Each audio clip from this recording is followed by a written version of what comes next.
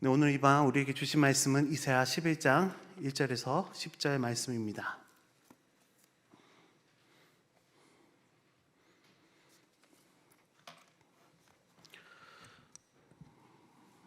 이사야 11장 1절에서 10절 말씀, 제가 한 절, 우리 성도님께서 한 절 교독하면서 읽도록 하겠습니다. 이사야 11장 1절에서 10절 말씀입니다. 이새의 줄기에서 한 싹이 나며 그 뿌리에서 한 가지가 나서 결실할 것이요, 그의 위에 여호와의 영 곧 지혜와 총명의 영이요 모략과 재능의 영이요 지식과 여호와를 경외하는 영이 강림하시리니 그가 여호와를 경외함으로 즐거움을 삼을 것이며 그의 눈에 보이는 대로 심판하지 아니하며 그의 귀에 들리는 대로 판단하지 아니하며 공의로 가난한 자를 심판하며 정직으로 세상의 겸손한 자를 판단할 것이며 그의 입에 막대기로 세상을 치며 그의 입술의 기운으로 악인을 죽일 것이며 공의로 그의 허리띠를 삼으며 성실로 그의 몸의 띠를 삼으리라. 그때 이리가 어린 양과 함께 살며 표범이 어린 염소와 함께 누우며 송아지와 어린 사자와 살진 짐승이 함께 있어 어린아이에게 끌리며 암소와 곰이 함께 먹으며 그것들의 새끼가 함께 엎드리며 사자가 소처럼 풀을 먹을 것이며 젖을 먹는 아이가 독사의 구멍에서 장난하며 젖된 어린아이가 독사의 굴에 손을 넣을 것이라. 내 거룩한 산 모든 곳에서 해됨이 없고 상함도 없을 것이니 이는 물이 바다를 덮은 같이 여호와를 아는 지식이 세상에 충만할 것임이니라. 그날에 이새의 뿌리에서 한 싹이 나서 만민의 기치로 설 것이요 열방이 그에게로 돌아오리니 그가 거룩한 곳이 영화로우리라. 아멘. 네, 우리 옆에 계신 분들과 함께 인사하도록 하겠습니다. 좋은 일이 있을 겁니다. 네, 좋은 일이 있을 겁니다. 12월 이맘때쯤에 할 수 있는 인사가 하나 있습니다. 우리 옆에 계신 분들과 메리 크리스마스 해볼까요? 메리 크리스마스. 네, 참 지금쯤 해도 될 인사죠. 앞에 성탄 트리도 있고 우리 대림절 성탄을 기다리는 현수막도 있고, 근데 참 어색한 인사입니다. 좋은 인사인데요, 크리스마스 이브 때나 해야 할 것 같은 인사를 너 그때만 하면 너무 아쉽잖아요. 지금부터라도 가끔씩 기억나실 때마다 메리 크리스마스라고 한번 인사해 보시면 좋겠습니다. 지금 저희는 교회에 절기적으로 대림절을 보내고 있습니다. 그래서 우리 성탄 인사를 나눌 수도 있었는데요, 대림절은 주님 오시는 그날을 기다림의 그 기다림과 또 함께 희망을 가지고 희망찬 절기를 보내는 절기입니다. 우리 여기에도 적혀 있는데요, 큰 글씨로 된 것만 한번 읽어볼까요? 시작. 평화의 왕 예수를 기다립니다. 아멘. 아마 대림절을 시작으로 전 세계, 또 세계의 교회뿐만 아니라 많은 곳에서 성탄트리에 불을 밝히며 예수님의 탄생을 기다리고 또 기념하고 있습니다. 근데 그 기다림에는 우리 그리스도인들이 기억해야 할 세 가지, 어찌 보면 과거, 현재, 또 미래의 기다림이 있습니다. 그 과거의 기다림은 이미 2000년 전에 베들레헴 마구간에 오신 우리 아기 예수님의 탄생을 기억할 수 있습니다. 과거에 오신 그 주님을, 예수님을 기념하면서 온 세계 또 온 세상에 등불을 밝히며 성탄의 축제로 이어지는 것이죠. 그렇다면 그 과거에만 머물 뿐만 아니라 현재의 기다림도 있습니다. 현재 주님께서 나에게 오심, 지금 이 순간 예배하고 찬양하고 기도하고 또 하나님께 예배드리고 또 금요 기도회로 기도해 나아가면서 지금 이 시간 우리에게 오시는 주님을 기억할 수 있습니다. 아마 과거에 오셨던 그 주님이 지금 이 자리에 함께 하지 않는다면 우리의 가운데, 예배 가운데 임재하지 않는다면 우리 예배는 아마 의미가 없는 것일 수도 있습니다. 그냥 의미적인, 형식적인 예배가 되겠죠.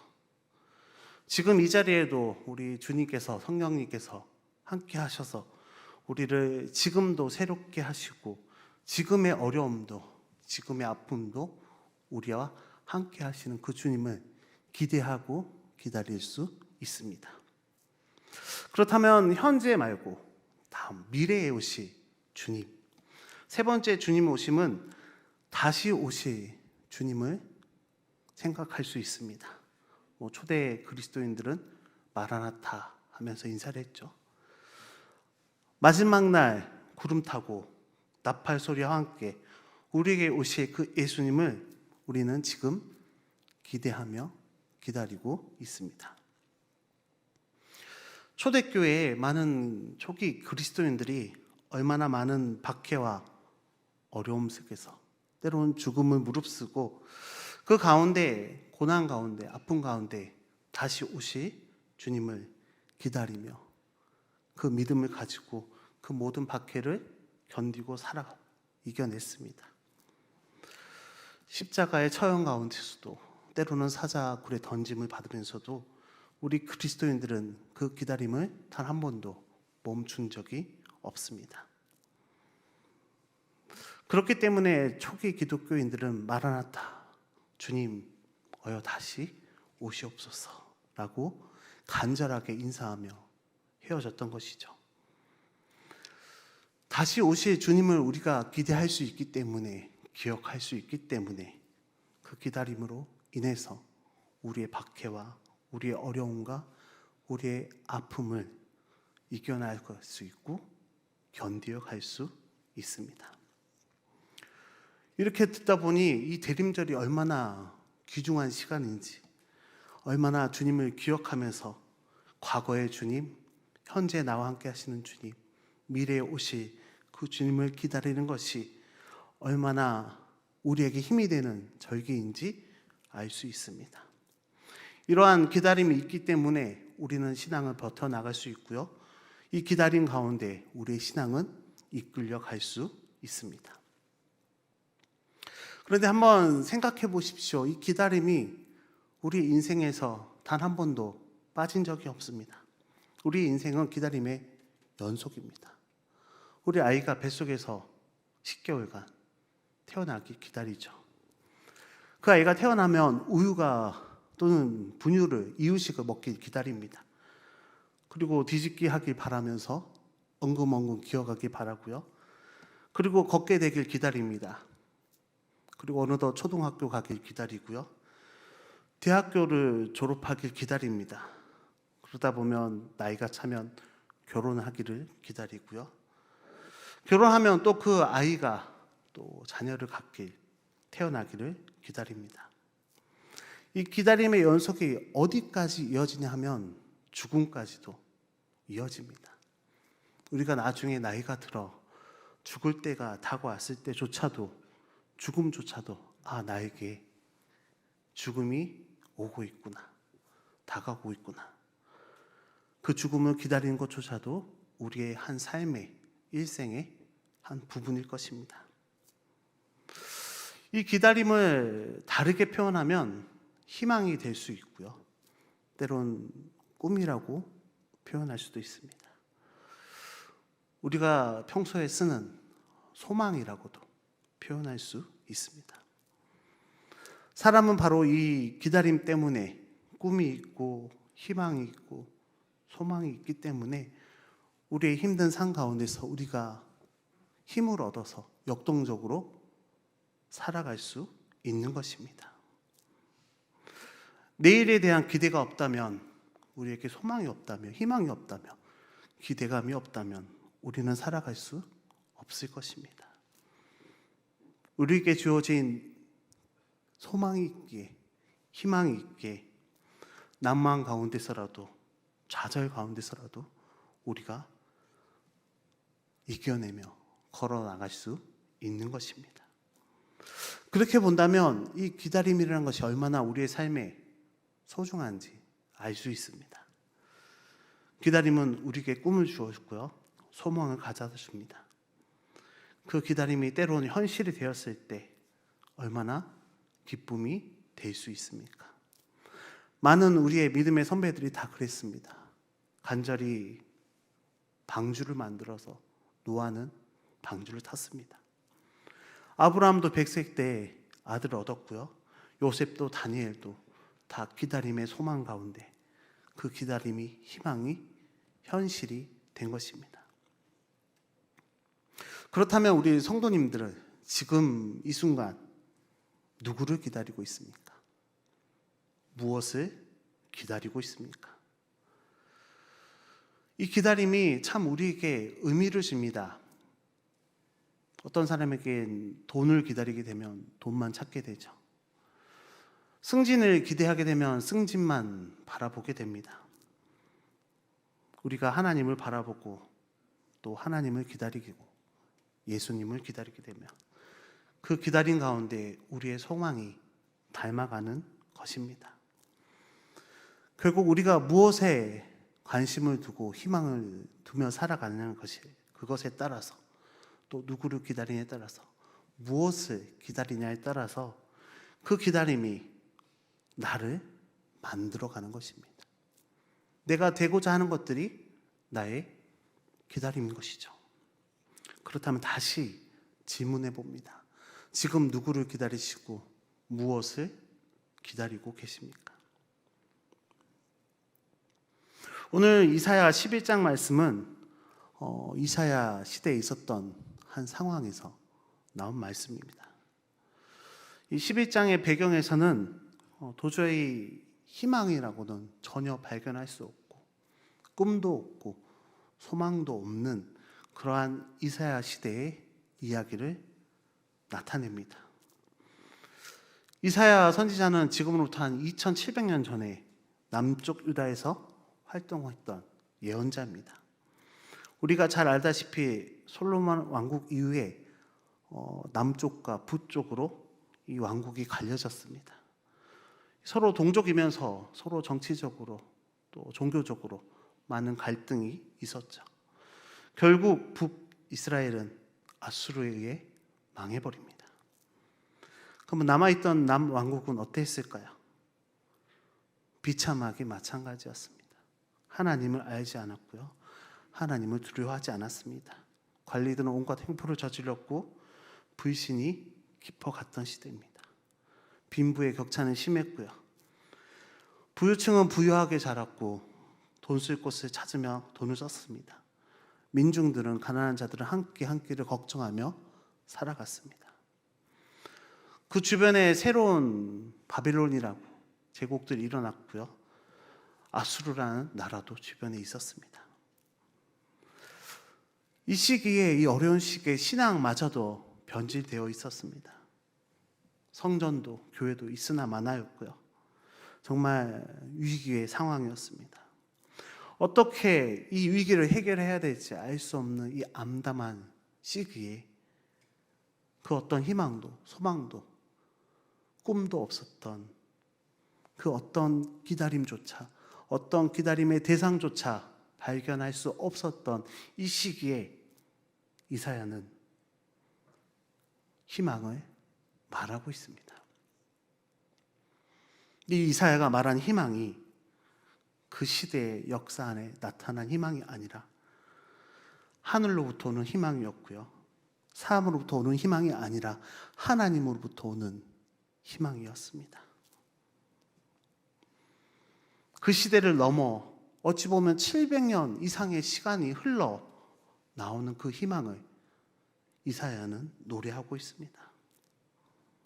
어찌 보면 암울한 시기를 살아가는 우리에게도 앞으로 미래가 어떻게 되어야 할지 예측할 수 없는 이 시기를 살아가는 우리에게도 이사야는 우리가 무엇을 기다리고 누구를 기다려야 하는지 말씀을 통해서 가르쳐주고 있습니다.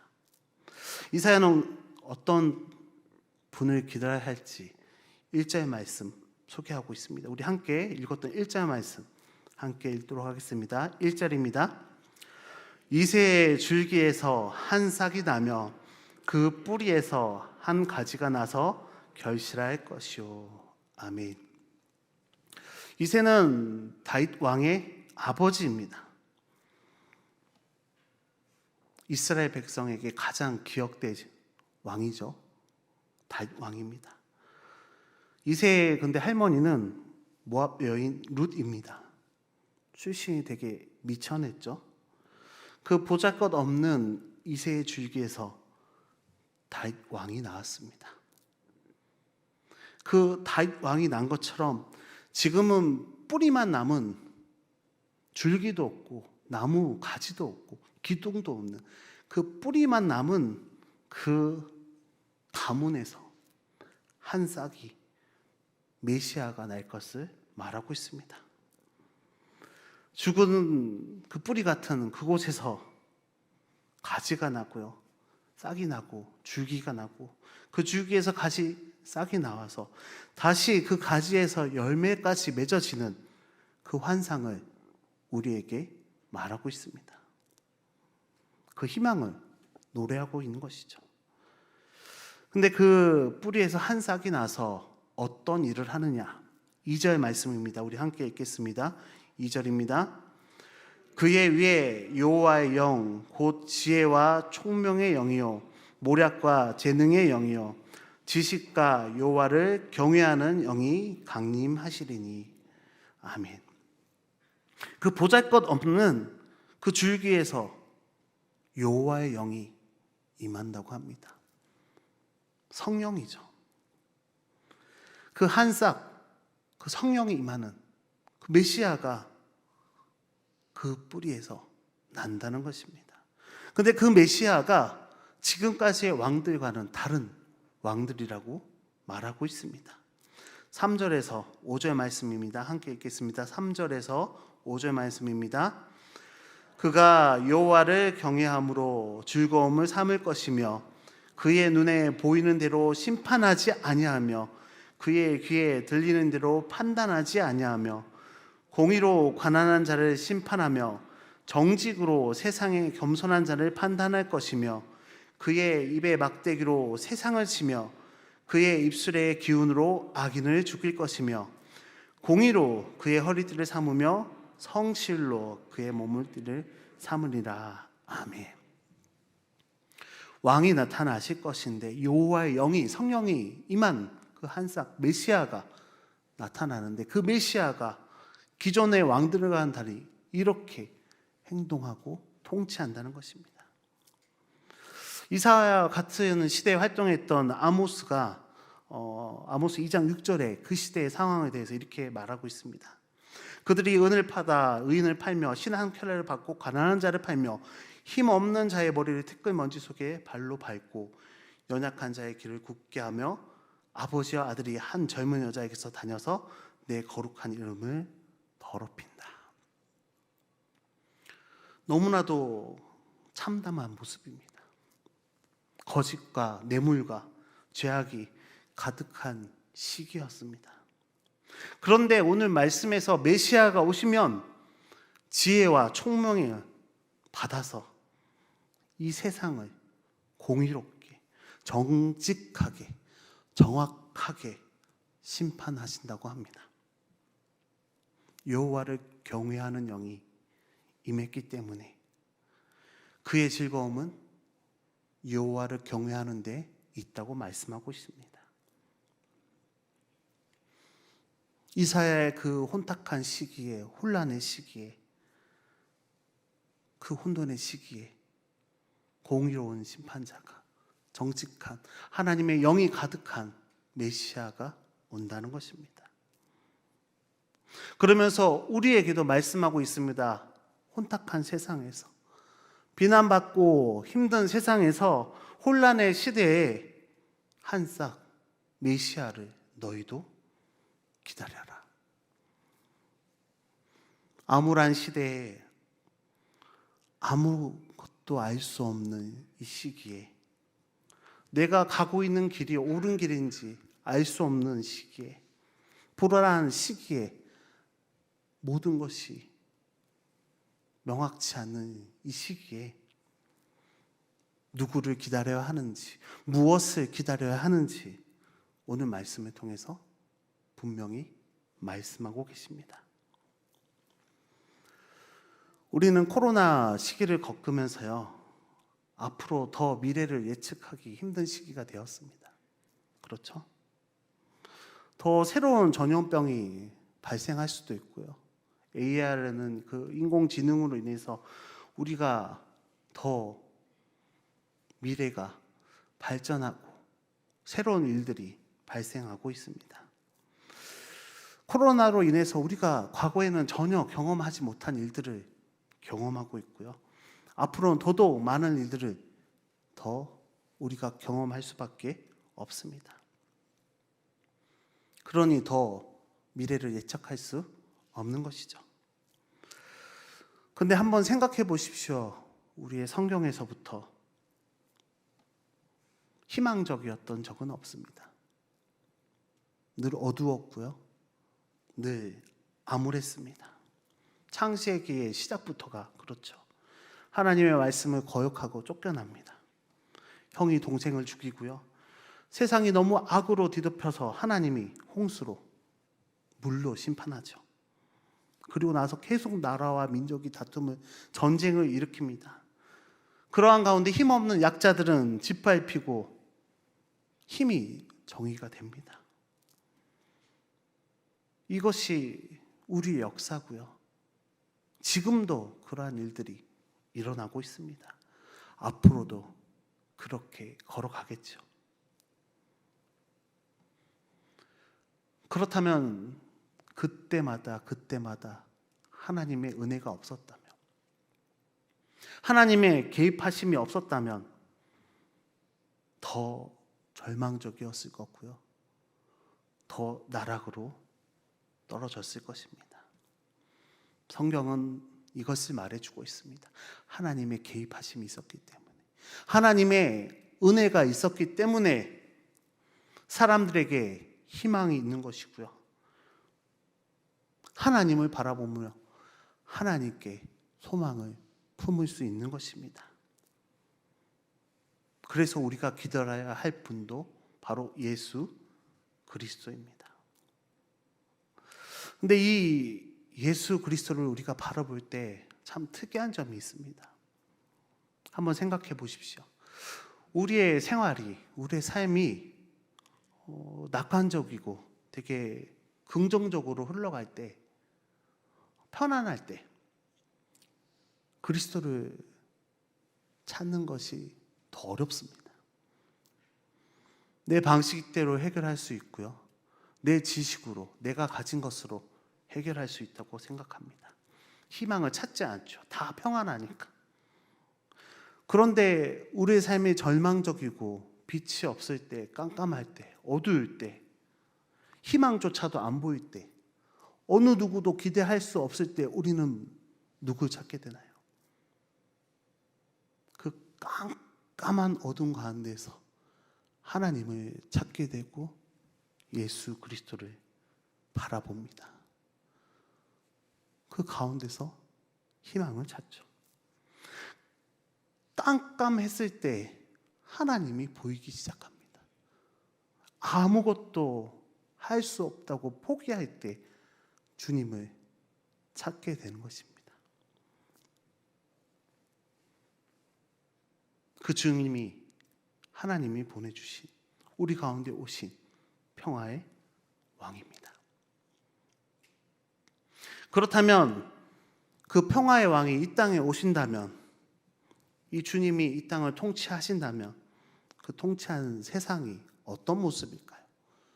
6절에서 9절 말씀입니다. 주님이 오셔서 통치하실 때 그 땅이 어떤 모습인지 6절에서 9절 말씀 우리 함께 읽어보도록 하겠습니다. 6절에서 9절입니다.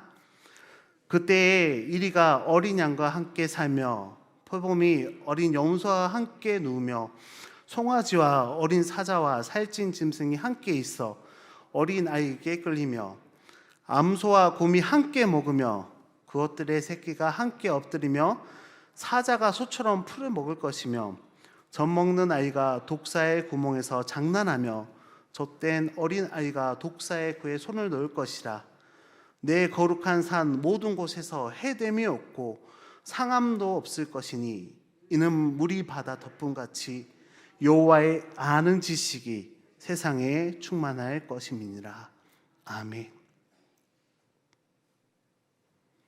예수님이 다스리실 때, 하나님 나라가 임할 때, 평화의 나라가 임할 때 이러한 모습이라고 이사야는 선포하고 있습니다.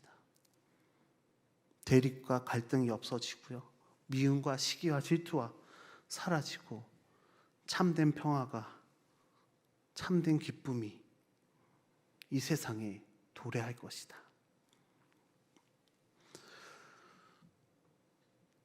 이 시대의 사람들은 믿지 않았습니다. 그렇죠. 어떻게 이런 세상에 올 것이냐고. 말도 안 되는 세상이다. 이사야 선지자가 이 환상에 대해서 이스라엘 백성들에게 선포했을 때, 예언을 말했을 때 받아들인 사람이 없었습니다. 아니, 받아들이기 힘들었죠. 너무나도 현실과 동떨어진 이야기였습니다. 지금 살고 있는 자신의 시대와 비교했을 때 도저히 이루어질 수 없는 세상이었습니다. 그런데 우리는 지나간 과거를, 시간을 되돌려 보면 결국 예수님께서 이 땅에 오심으로 공의로 이 세상을 판단하셨습니다. 악한 종교적인 지도자들과 싸웠고요, 상처받은 약자들과 함께 하셨습니다. 그리고 아프고 슬픈 자들의 상처를 싸매 주었습니다.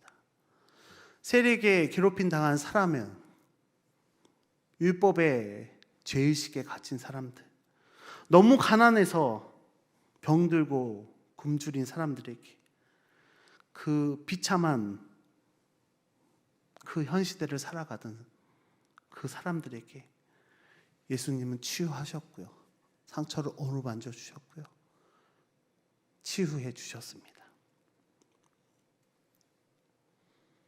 700년 지난 후에 메시아가 오셨을 때 그 세상이, 그 나라가, 평화의 나라가 그곳에 이루어진 것입니다. 세리 요한이 마태복음 11장에서 묻죠. 사람을 보내서 예수님에게, 오실 그이가 당신입니까? 우리가 다른 일을 더 기다릴까요? 주님께서 대답하십니다.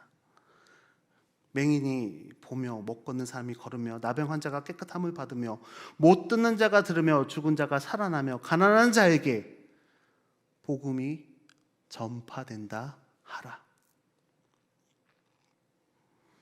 세례 요한은 깨달았습니다. 가난한 자에게 복음이 전파되는 것을 보고, 병든 자가 나음을 보고 세상에 오신 메시아임을 깨달은 것이죠. 이사야는 먼 훗날 태어나실, 오실 메시아를 기다렸습니다. 세례 요한은 지금 오신 메시아를 찾았습니다. 그리고 초대교회 성도들은 다시 오실 예수님을 기다렸습니다. 우리도 예수님의 탄생을 기다립니다. 그리고 지금 이 순간 우리와 함께 하시는 예수님을 발견합니다. 찾습니다. 그리고 다시 오실 예수님을 희망을 가지고 평화의 나라를 기대하며 기다립니다. 사랑하는 염산교회 성도 여러분, 이 대림절 기간 누구를 기다리고 있습니까? 무엇을 희망하며 살아가고 있습니까? 아무리 둘러봐도 우리가 의지할 것은, 우리가 품어야 할 것은, 우리가 기다려야 할 것은 바로 예수 그리스도, 한 분밖에 없습니다. 인간의 모든 역사를 찾아보아도 하나님 이외에, 예수 그리스도 외에 희망은 없었습니다. 이 시대를 살아간다는 것이 우리가 얼마나 많이 흔들리고 비난받고 낙심되어지고 좌절할 수밖에 없는 세상을 살아가고 있습니다. 하지만 그러한 비난과 흔들림과 낙심 가운데서도 우리는 계속해서 주님 오심을 기다리는 그 신앙을 버리지 않고 잃어버리지 않고 계속해서 이어나가야 합니다. 죽을 때까지 기다림과 주님 오심에 희망을 가지고 살아가시기 바랍니다. 그리해서 이 땅에 살아가더라도 이 땅에서도 하나님 나라를 경험하고 하늘을 살아갈 수 있습니다. 오늘을 살아간다 할지라도 오늘 가운데 주님을 만나시고요. 다시 오실 주님을 기대하면서 주님의 은혜 가운데 살아가시는 저와 여러분 되시기를 주님의 이름으로 축원합니다. 기도하겠습니다.